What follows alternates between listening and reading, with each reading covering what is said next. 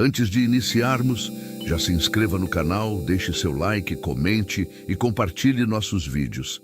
Assim você ajuda o canal a continuar crescendo e chegando a cada dia mais longe. Tenham bons sustos. Meu nome é Borges. Fui agente penitenciário por 30 anos. 20 desses eu passei no complexo do Carandiru. Quem vê o parque que tem lá hoje, a biblioteca, não faz ideia do que era aquilo. As pessoas falam do massacre de 92. E foi um inferno na terra, sim. Mas o Carandiru não era assustador só quando tinha rebelião. O terror de lá era diário. Era o cheiro. Eu nunca vou esquecer o cheiro.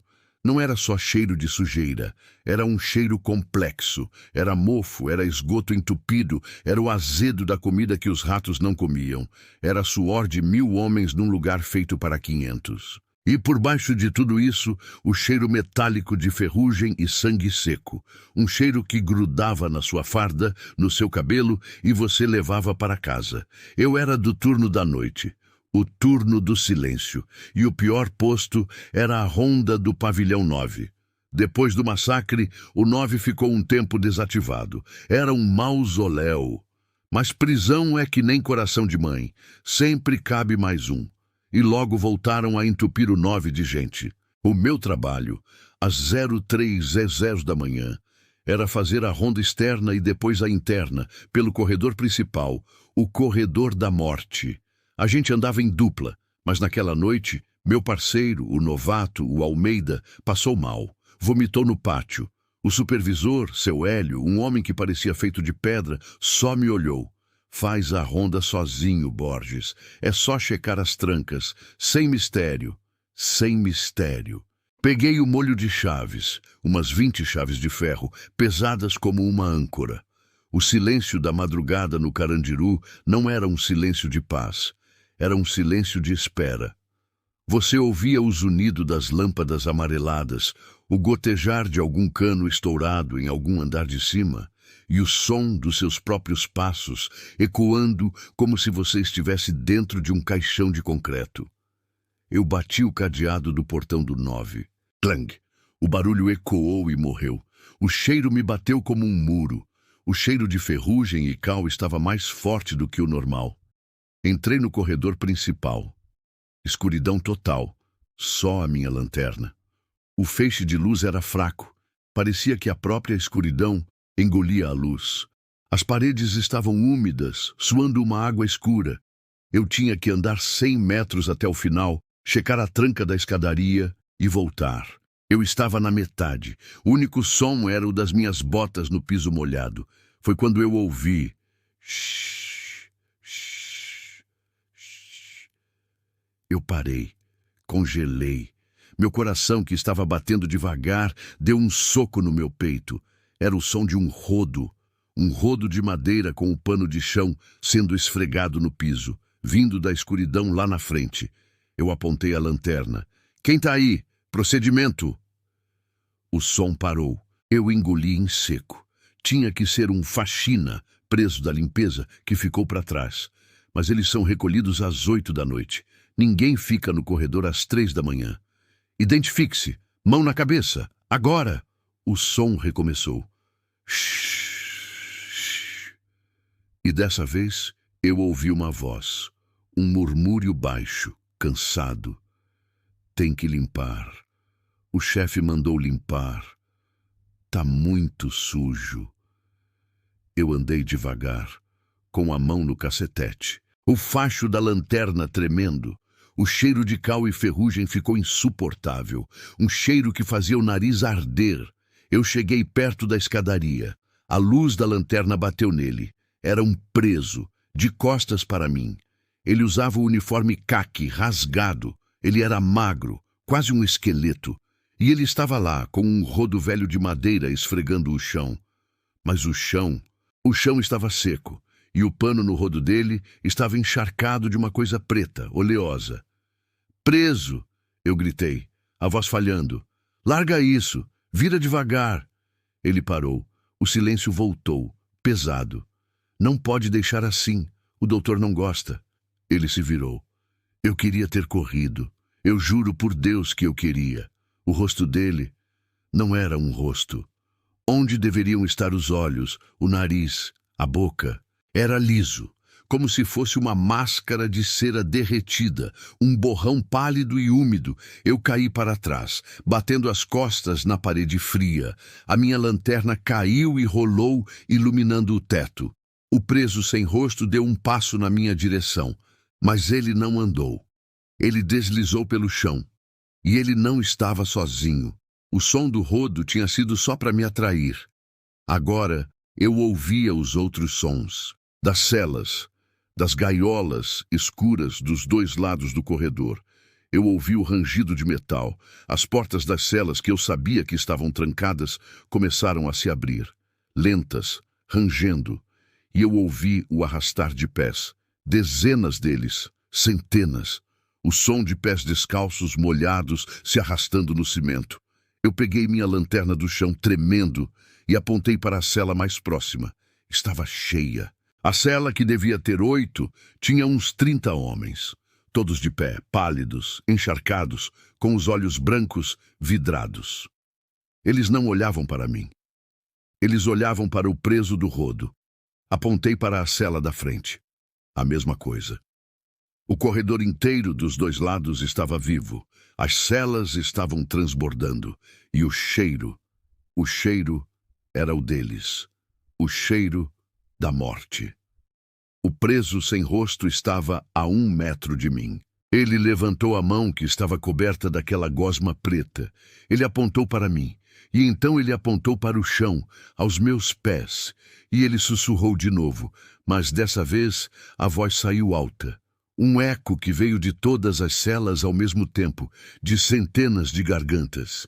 Limpa. Eu não lembro de ter corrido. Eu só lembro do som das minhas botas batendo, do meu grito ecoando e do molho de chaves rasgando a minha mão enquanto eu tentava abrir o portão de ferro. Eu saí do 9 e caí no pátio, vomitando. Seu Hélio me encontrou lá. Ele não perguntou nada. Ele só olhou para o portão do pavilhão 9, que eu tinha deixado aberto na pressa. Ele foi até lá, fechou o cadeado e voltou. O 9 tem dessas, Borges. Ele disse acendendo um cigarro. Eles não gostam de sujeira, principalmente a que eles mesmos fizeram. Eu pedi transferência para o 8 no dia seguinte. Nunca mais entrei no 9 à noite. Mas até hoje, quando eu sinto cheiro de cal ou de ferrugem, eu sinto o frio no estômago. E eu ouço o shhh de um rodo limpando um chão que nunca vai ficar limpo de verdade.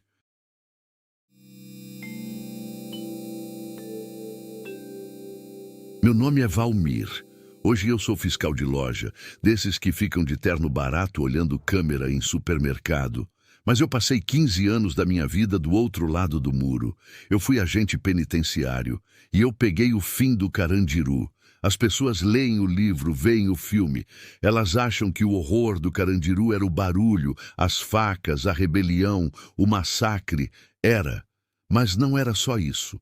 O verdadeiro horror do Carandiru era o silêncio da madrugada e o cheiro. Eu nunca vou esquecer o cheiro. Não era cheiro de esgoto, era um cheiro vivo. Era um cheiro de 1000 homens suando azedo, misturado com o mofo que crescia nas paredes úmidas, o cheiro de gordura rançosa da comida e, por baixo de tudo, um cheiro metálico. Um cheiro de ferrugem molhada e sangue velho. Era um cheiro que você não lavava da farda, você levava para casa, para o seu travesseiro. Eu trabalhava no pavilhão 7, mas fazia a ronda noturna no 9. O 9 era diferente. Depois do massacre, ele nunca mais foi o mesmo. Mesmo com celas cheias de novo, o ar ali era mais pesado, mais frio. Meu trabalho, às 0:30 da manhã, era a ronda de tranca. Subir os 4 andares, checar os cadeados externos das celas trancadas, as vazias, e garantir que o corredor estava limpo.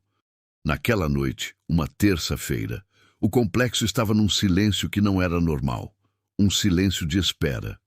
O ar estava úmido e quente, e a garoa fina lá fora fazia o cheiro do pátio subir, aquele cheiro de terra molhada e urina.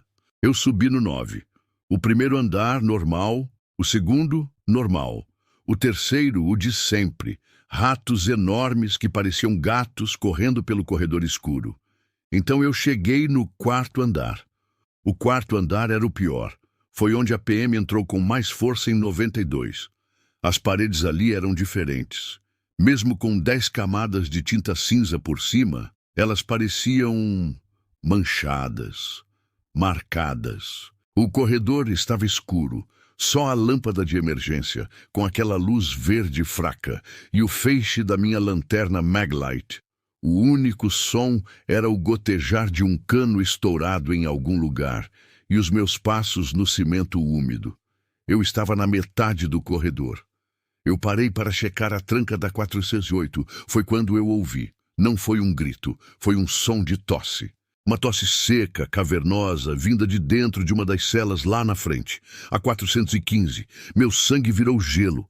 A 415 estava na minha lista. Era uma cela morta, vazia, desativada. Procedimento! Eu gritei, a voz ecoando de um jeito estranho. Quem tá aí? A tosse parou. Eu andei devagar, com a mão no cacetete. O cheiro de ferrugem ficou mais forte, tão forte que fez meus olhos arderem.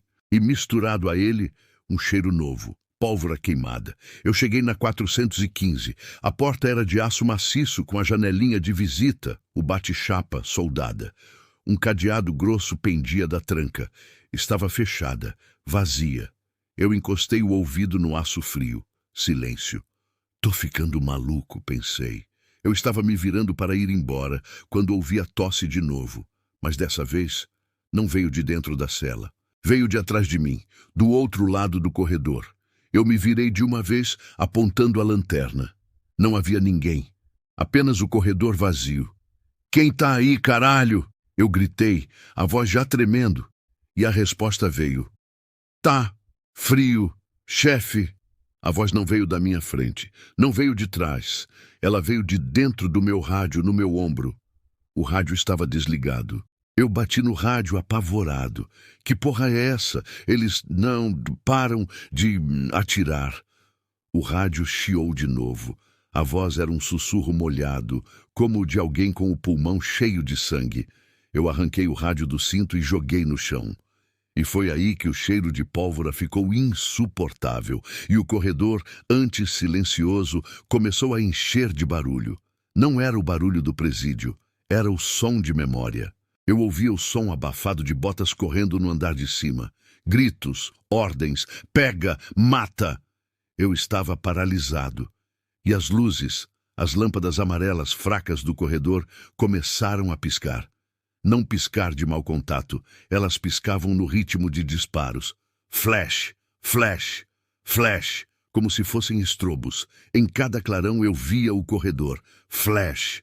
O corredor estava vazio. Flash. O corredor estava cheio de fumaça. Flash.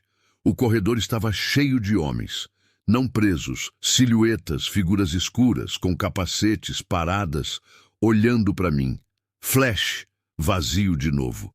Eu caí para trás, batendo as costas na parede da 415. A parede estava quente, quente como um forno. Eu me arrastei pelo chão, tentando alcançar meu rádio caído. As luzes pararam de piscar e ficaram acesas fracas. O som parou. O silêncio voltou, mais pesado do que antes.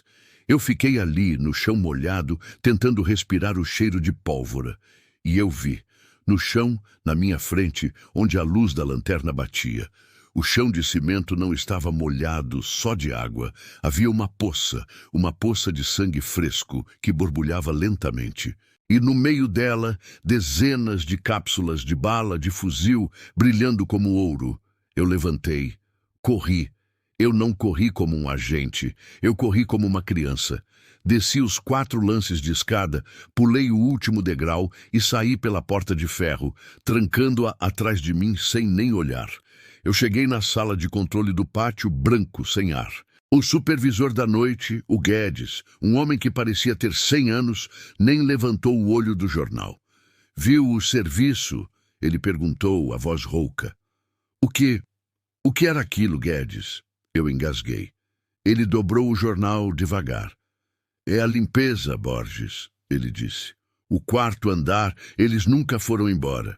E toda noite, às 3 da manhã, eles são mortos de novo. É o turno deles. Ele acendeu um cigarro. O cheiro de pólvora já saiu de você?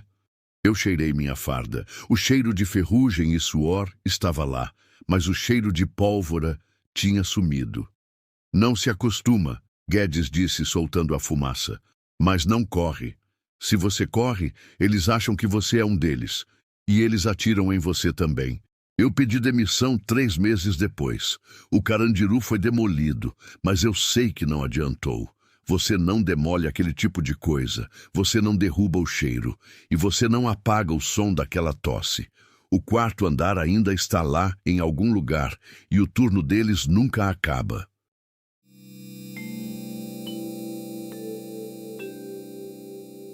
Meu nome é Osmar. Hoje eu cuido do meu neto e tento esquecer. Mas de 1988 até 2001, eu fui agente penitenciário. Eu peguei o auge e o fim do Carandiru. As pessoas que não viveram aquilo não entendem. Elas pensam no massacre, nos tiros, no sangue. E sim, 92 foi o inferno abrindo um buraco no chão. Mas o Carandiru não precisava de rebelião para ser um lugar de terror. O terror ali era o cheiro. Era um cheiro vivo, um cheiro que você respirava e que nunca mais saía do seu pulmão. Era um cheiro de mofo grosso, de esgoto que voltava pelo ralo, de suor azedo de milhares de homens e, por baixo de tudo, um cheiro de ferrugem e cal. Um cheiro de sangue velho que a água sanitária não tirava, só disfarçava. Eu era do turno da noite, o turno do osso. O pior serviço, que ninguém queria, era a contagem de ronda, do pavilhão 9. Depois do massacre, o 9 ficou um tempo fechado, como um túmulo. Mas prisão é assim, sempre tem mais gente para jogar dentro. Reabriram, e o prédio nunca mais foi o mesmo. O ar ali era diferente, era mais frio, mais pesado. A minha tarefa toda madrugada, às 03h30, era fazer a ronda de tranca. Eu e mais um. Naquela noite, o meu parceiro, o Diniz, estava com febre. O supervisor só me deu a lanterna Maglite, aquela pesada de metal. É rápido, Osmar. Sobe, checa as trancas das vazias, bate o olho no corredor e desce, sem mistério. Sem mistério. Eu entrei no 9. O portão de ferro bateu atrás de mim com um clangue que ecoou pelo prédio inteiro. O silêncio que veio depois foi imediato. Um silêncio que zumbia. Eu estava sozinho, só o feixe da minha lanterna cortando a escuridão úmida. O único som era o das minhas botas no piso de cimento que estava sempre molhado. Primeiro andar, tudo certo. Segundo andar, tudo certo. Terceiro andar. Eu parei no meio do corredor. O ar mudou. Ficou pesado, denso, como se a umidade tivesse virado água e estivesse me apertando. E o cheiro de mofo sumiu. Foi substituído por um cheiro forte, químico, o cheiro de pólvora queimada. Eu congelei. Apontei a lanterna para o fundo do corredor, vazio. Então, eu ouvi. Não foi um grito, foi um murmúrio, um som baixo como o de centenas de homens rezando ao mesmo tempo, mas sem palavras. Que vinha de dentro das paredes. Eu apertei o cacetete no cinto.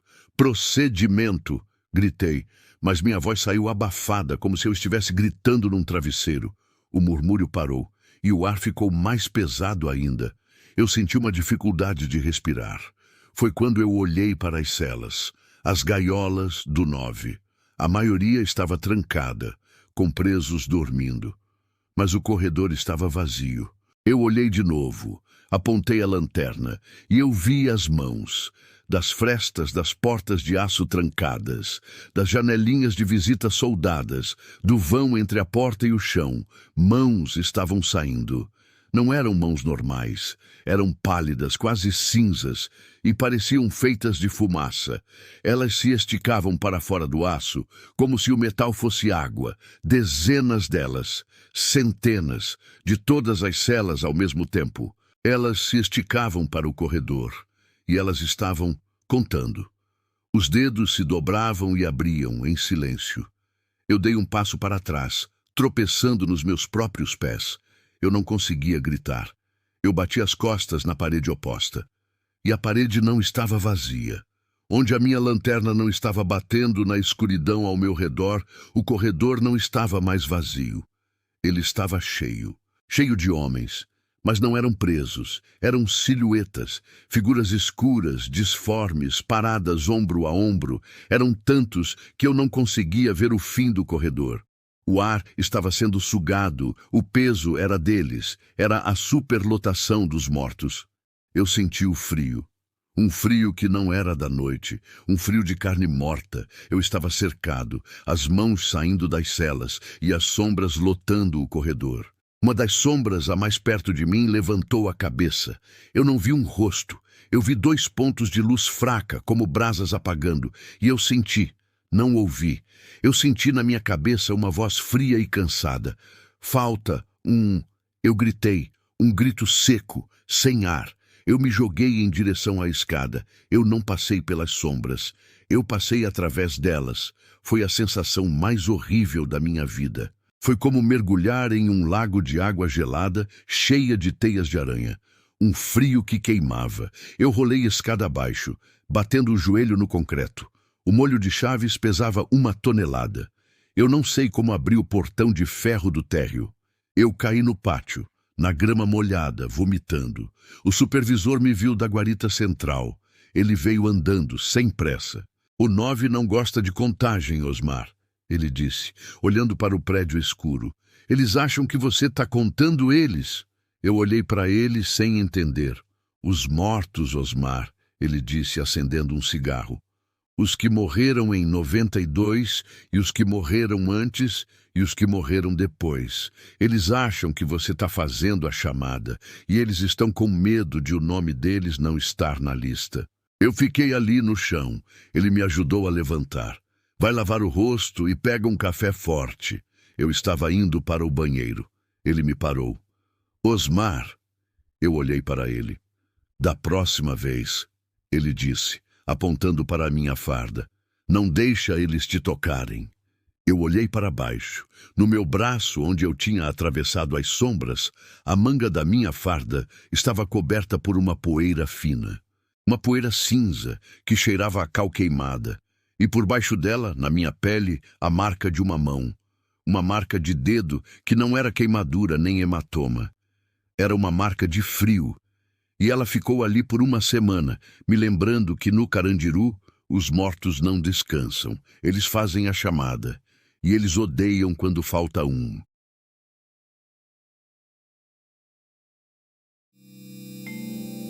Meu nome é Amadeu.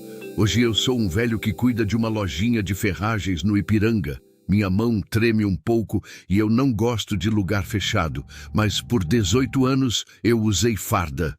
Eu fui agente penitenciário e eu servi no 9, no pavilhão 9 do Carandiru. Eu vi o antes e o depois. Eu vi o massacre de 92.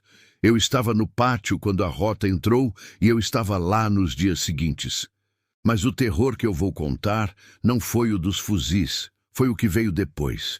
Depois do massacre, o 9 ficou um tempo interditado. Era um lugar morto, um mausoléu. As paredes estavam doentes. Não importava quantas camadas de cal e tinta cinza eles passassem. O cheiro não saía. As pessoas falam do cheiro do Carandiru. Mofo, esgoto, suor azedo. Mas o 9, depois de 92, tinha um cheiro próprio. Era um cheiro de ferrugem molhada, pólvora queimada e cal.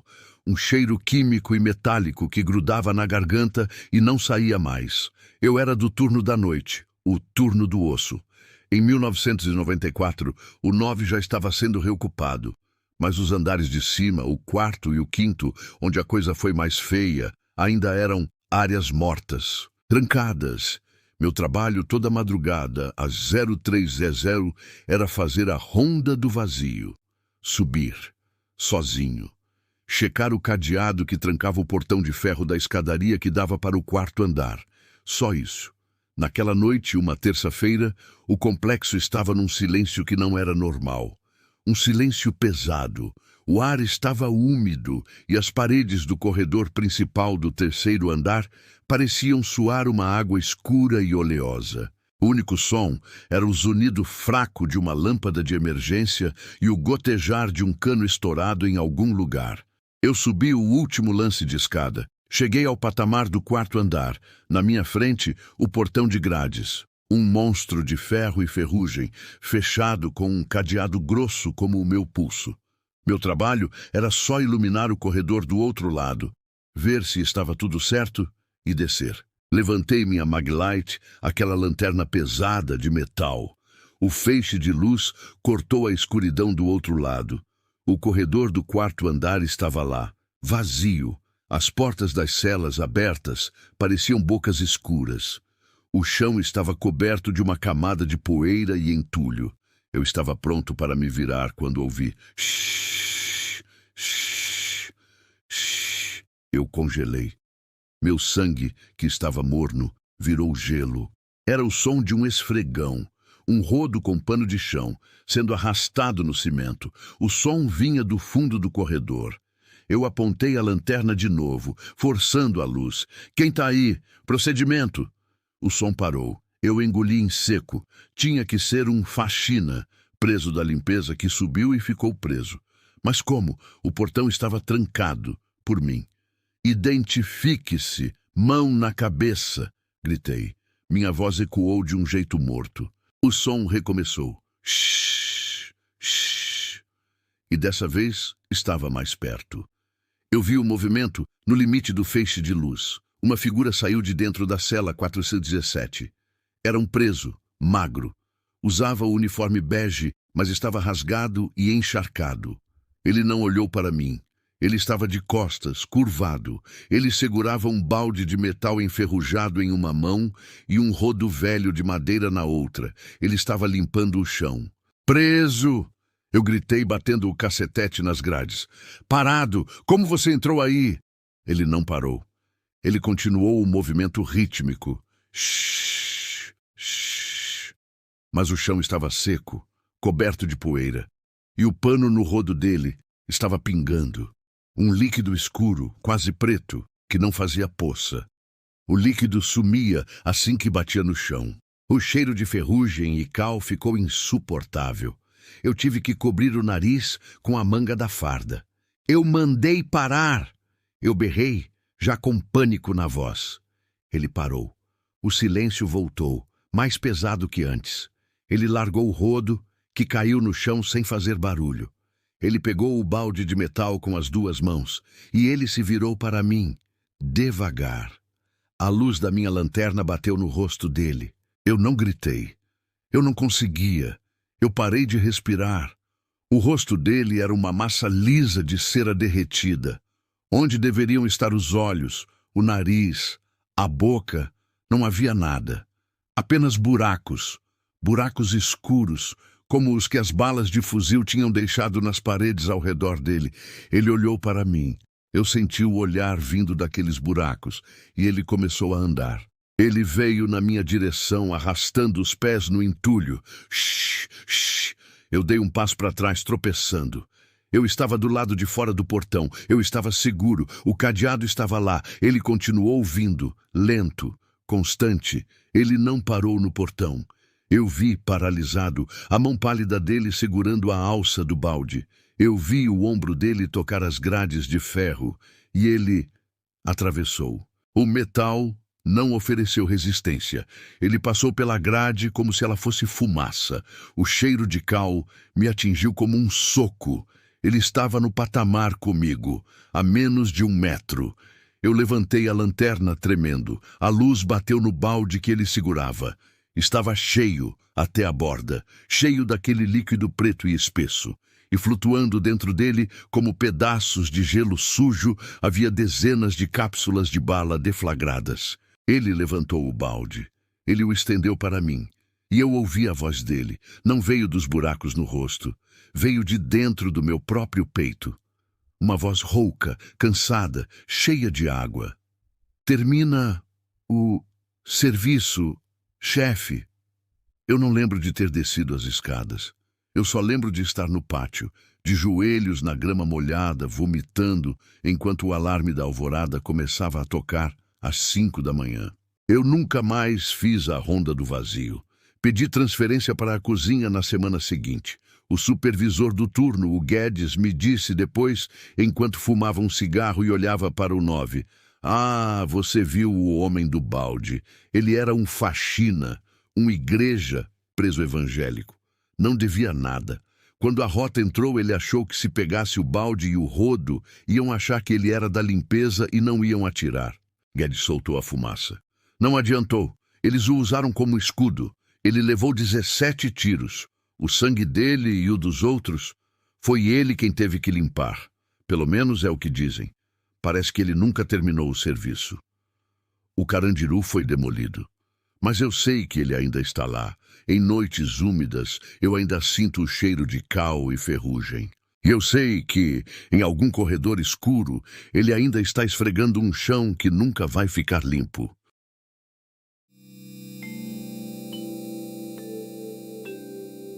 Meu nome não importa. Lá dentro eu era sombra. Sobrevivi 7 anos na casa de detenção de São Paulo, o Carandiru. Você que vê de fora, vê o parque, vê os prédios modernos em volta, você não faz ideia do que aquele chão ainda respira. Eles derrubaram os pavilhões, mas não mataram o que estava dentro. Aquilo não morre. Eu não estava lá no dia do massacre, em 92. Cheguei 3 anos depois, em 95. Mas vou te dizer uma coisa. Os mortos nunca foram embora. O Carandiru era um mundo à parte. Um monstro de concreto cinza, úmido, fedendo a mofo, urina velha e o suor azedo de milhares de homens espremidos. De dia, o inferno era dos vivos. A superlotação, as facções, a violência que explodia por um maço de cigarros, o barulho incessante, era um zumbido constante de desespero. Você aprende a dormir com um olho aberto e o outro no boi. O buraco na parede da cela. Mas o inferno dos vivos tinha regras. Tortas brutais, mas regras. O inferno dos mortos. Esse acordava à noite. A gente sentia. Depois das 10, quando as luzes principais se apagavam e o silêncio, um silêncio pesado, grosso, que você quase mastigava, caía sobre os pavilhões, a temperatura mudava.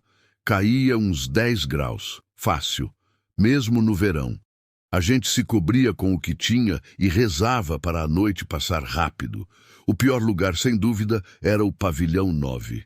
Depois do massacre, ele foi parcialmente desativado, reformado, mas a aura, que palavra idiota, mas não tenho outra, ficou. O 3º e o 4º andar, onde o banho de sangue foi pior, eram áreas quase mortas. Ninguém ia lá. Os presos evitavam. Os guardas só passavam em bando e rápido. Eu estava no 7, mas uma noite precisei fazer um corre.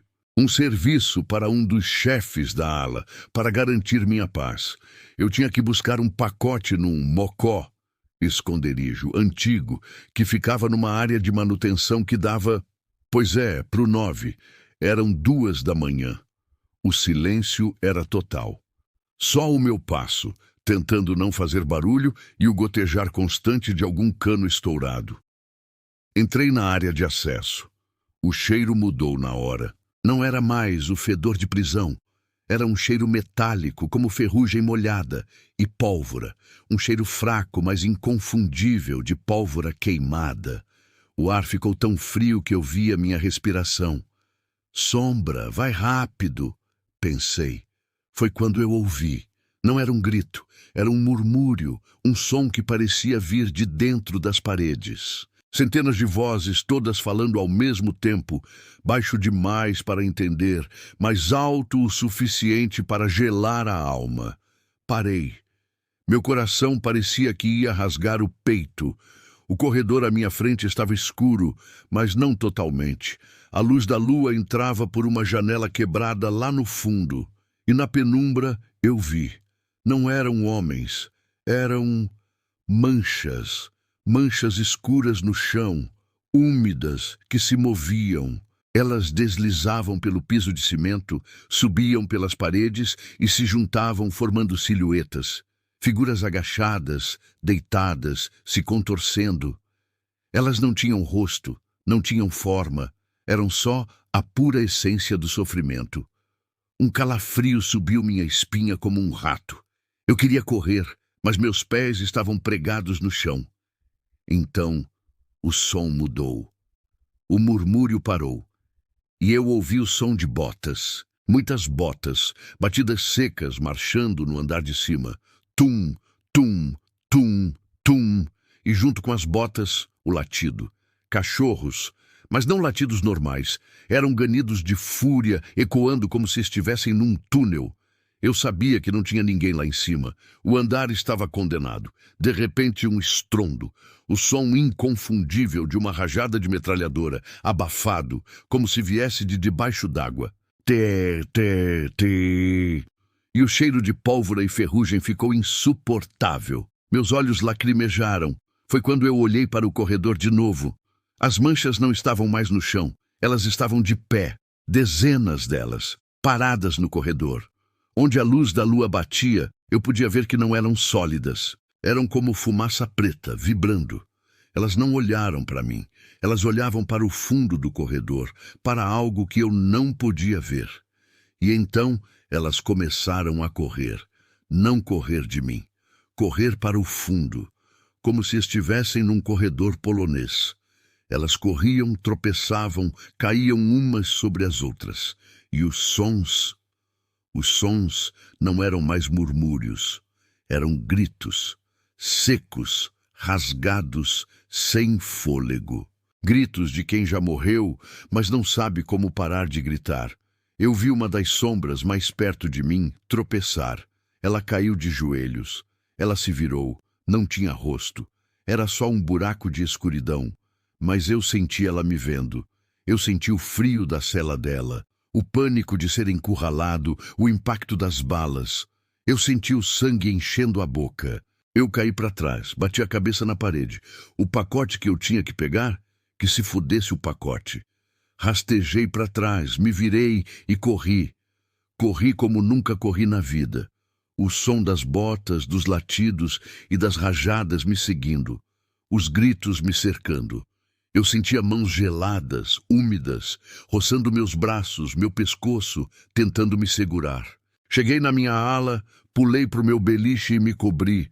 Tremi até o sol nascer. Meu companheiro de cela achou que eu estava com febre. Eu estava. Febre de pavor. Eu saí do Carandiru em 2001, um ano antes de implodirem aquilo. Vi na TV aquele monstro de concreto caindo, levantando aquela nuvem de poeira. As pessoas comemoraram. Acabou, disseram. Idiotas. Não acabou. Eles não demoliram o presídio. Eles só abriram a jaula. Eu moro num barraquinho hoje, longe de lá. Mas tem noites, quando o ar fica frio de repente, que eu ainda sinto o cheiro de ferrugem e pólvora. E às vezes, bem baixo, eu escuto o som de botas, marchando do lado de fora da minha porta.